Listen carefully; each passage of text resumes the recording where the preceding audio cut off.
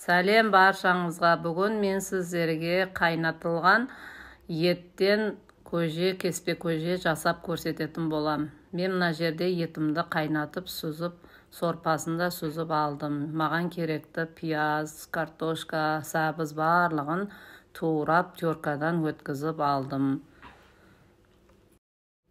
Енді кезекте қазанымызды оттың үстіне қойып, үстіне көз мөлшермен майды құям. Менде етімнің майы шығып, сорпаға шыққаннан соң аз ғана май құйдым. Осының үстіне бірінші кезекте пиязымызды салып, жақсылап қуырып аламыз.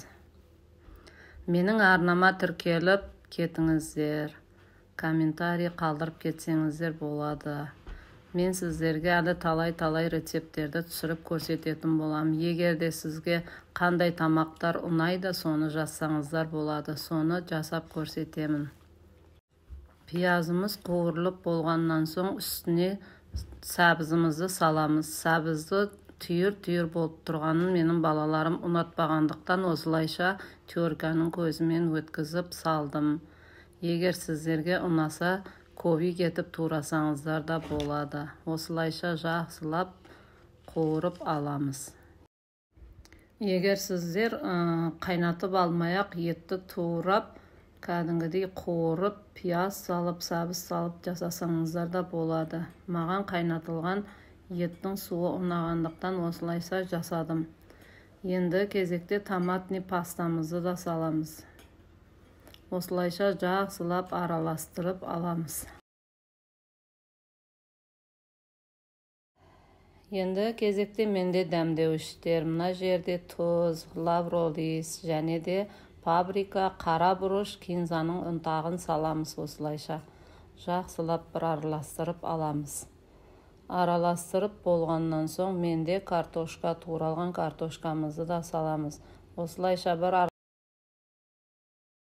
араластырып алып, жаңағы қайнатылған сорпамызды да құямыз. Сорпамыз аз болғандықтан үстіне қалған жеріне суымызды құямыз.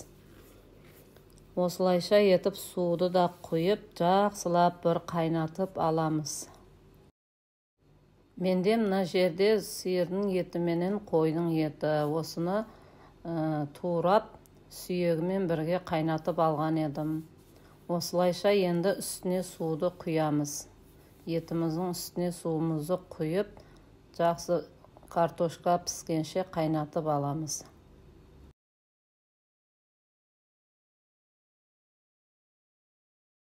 Міне осылайша етіп жақсылап қайнатып алғаннан соң қамырымызды жаюға көштім. Мен қамырымды илеп жатқанда түсіремін деп ұмытып кетіппін. Менде міне кішкене зуала қамыр, осыны жайып аламыз. Базардың макаронын салып қайнатқанына қарағанда бәрібір қолдың қайнатпа көжесі бәрібір басқаша. Кеспе көженің орнына жетпейді. Кеспе көже өте дәмді әрі күшті болып шығады.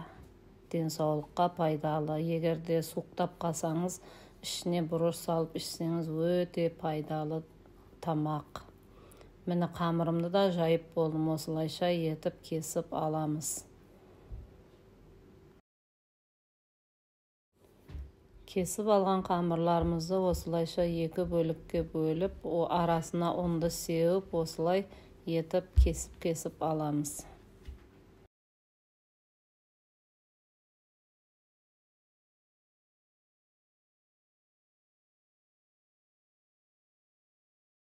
Менің бала-шағам аз болғандықтан жартысын ғана кестім. Мінекей менде осылай болып шықты.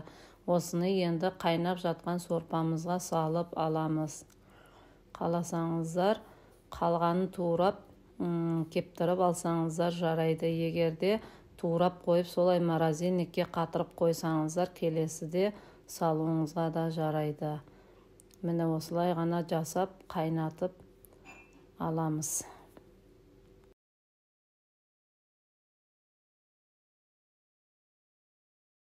Міне менің тамағым пісіп қалды. Менде мына жерде туралған укропты қатырып қойған едім, соны бетіне салдым. Осылай укроп салсаңыздар да болады, егер болмаса салу міндетті емес. Міне осылайша етіп бір араластырып алып сүзіп аламыз. Менің тамағым дайын болды, өте дәмді шықты. Осылайша етіп жасап балаларыңызды қуантсаңыз болады, бір терлеп ішіп алады. Мінекей тамағым осылай болып шықты. Астарыңыз дәмді болсын. Келесі кездескенше сау саламат болыңыздар.